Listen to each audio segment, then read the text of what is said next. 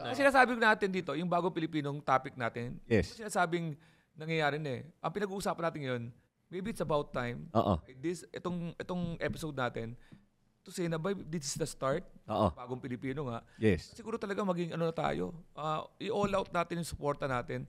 Sa local products. Kundi, dapat ano talaga tayo, makita natin sa paligid natin na meron ng, tayo mo yung tumangkilik, na meron tayong isang, pag sinabi mo yung isang brand, alam ko yan, Pilipino yan, period.